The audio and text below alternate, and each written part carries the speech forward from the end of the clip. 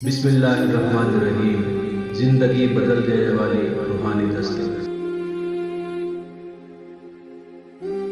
ایک شرعی عدالت نے چور کے ہاتھ کاٹنے کی سزا سنائی تو ہاتھ کاٹے جانے سے قبل اس نے بلند آواز سے کہا، میرا ہاتھ کاٹنے سے پہلے میری ماں کی زبان کاٹ دو۔ اس اہم موضوع پر اہم گفتگو چلتی رہے گی۔ اگر آپ ہمارے چینل پر نئے ہیں تو ہمارے چینل کو سبسکرائب کر دیجئے، بیل آئیکن کو ضرور پریس کیجئے تاکہ ہماری ہر نئی آنے والی ویڈیو آپ کو بر وقت حاصل ہو سکے۔ اللہ تعالیٰ اہل ایمان سے خطاب کر کے فرماتا ہے، اے ایمان والوں، اپنے آپ کو اور اپنے اہل و عیال کو جہنم کی آگ سے بچاؤ جس کا ایندھن لوگ اور پتھر ہیں۔ اس پر سخت اور طاقتور فرشتے مقرر ہیں جو اللہ کی نافرمانی نہیں کرتے، انہیں جو حکم دیا جائے وہ کر گزرتے ہیں۔ اب یہ جاننا بے حد ضروری ہے کہ اس جہنم کی آگ سے بچاؤ کیسے ہوگا۔ جب تک دین کی بنیادی تعلیم سے آگاہی اور اس پر عمل نہ ہو، توحید و رسالت اور آخرت پر صحیح ایمان نہ ہو، یا نماز روزے سے اور روزمرہ زندگی میں احکام شریعت سے غفلت ہو، تو نار جہنم سے بچنے کی فکر جس طرح خود کو کرنی ہے، اسی طرح والدین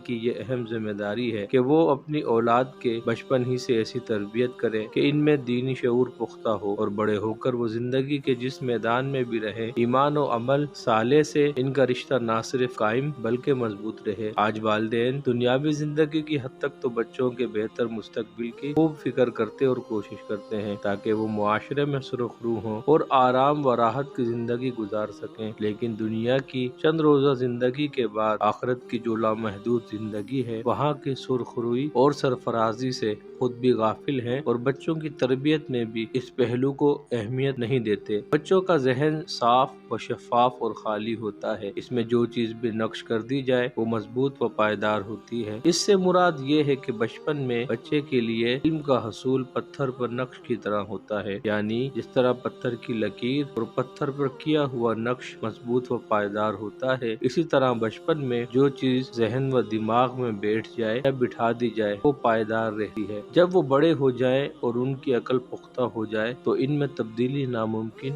نہیں تو مشکل ضرور ہوتی ہے۔ اس لیے ابتدائی عمر میں بچوں کی نگرانی اور ان کی صحیح تربیت والدین اور سرپرستوں کی اہم ذمہ داری ہے۔ قرآن و حدیث میں یہ حقیقت بیان ہوئی ہے کہ ہر بچہ توحید خالص کی فطرت پر پیدا ہوتا ہے۔ اصل کے اعتبار سے اس میں طہارت، پاکیزگی، برائیوں سے دوری اور ایمان کی روشنی ہوتی ہے۔ پھر اسے گھر میں اچھی تربیت اور معاشرے میں اچھے ساتھی میسر آ جائیں تو وہ ایمان و اخلاق میں اسوہ نمونہ اور کامل انسان بن جاتا ہے۔ رسول اللہ صلی اللہ تعالی علیہ وسلم کا فرمان عالی شان ہے کہ ہر نو مولود فطرت سلیمہ پر پیدا ہوتا ہے، پھر اس کے والدین اسے یہودی، نصرانی یا مجوسی بنا دیتے ہیں، یعنی بچے کو جیسا ماحول اور تربیت میسر آئے گی وہ اسی رخ پر چل پڑے گا۔ اگر اسے ایمانی ماحول اور اسلامی تربیت میسر آ جائے تو وہ یقیناً معاشرے میں حقیقی مسلمان بن کر ابھرے گا، لیکن اس کی تربیت صحیح نہج پر نہ ہو، گھر کے اندر اور باہر اسے اچھا ماحول نہ ملے تو وہ معاشرے میں مجرم اور فسادی انسان بن کر ابھرے گا۔ امام غزالی رحمت اللہ علیہ نے والدین کے نام ایک وصیت فرمائی کہ بچوں کو قرآن پاک، حدیث مبارکہ اور نیک لوگوں کے واقعات اور ضروری دینی احکامات کی تعلیم دیں۔ بچہ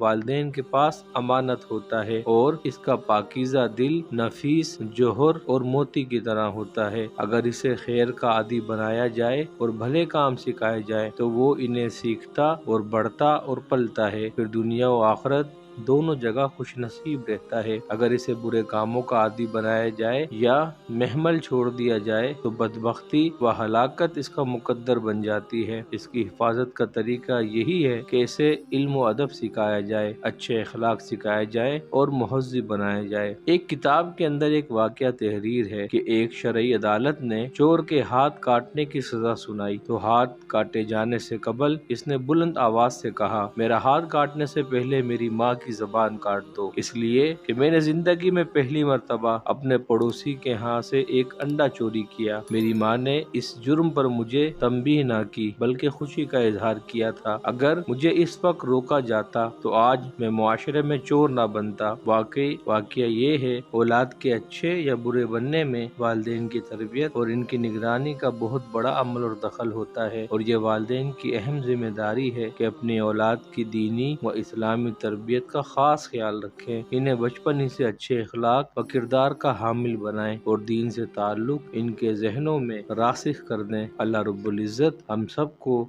سچا اور پکا مسلمان بننے کی توفیق عطا فرمائے اور اپنی اولادوں کی بہترین پرورش کرنا نصیب فرمائے، آمین۔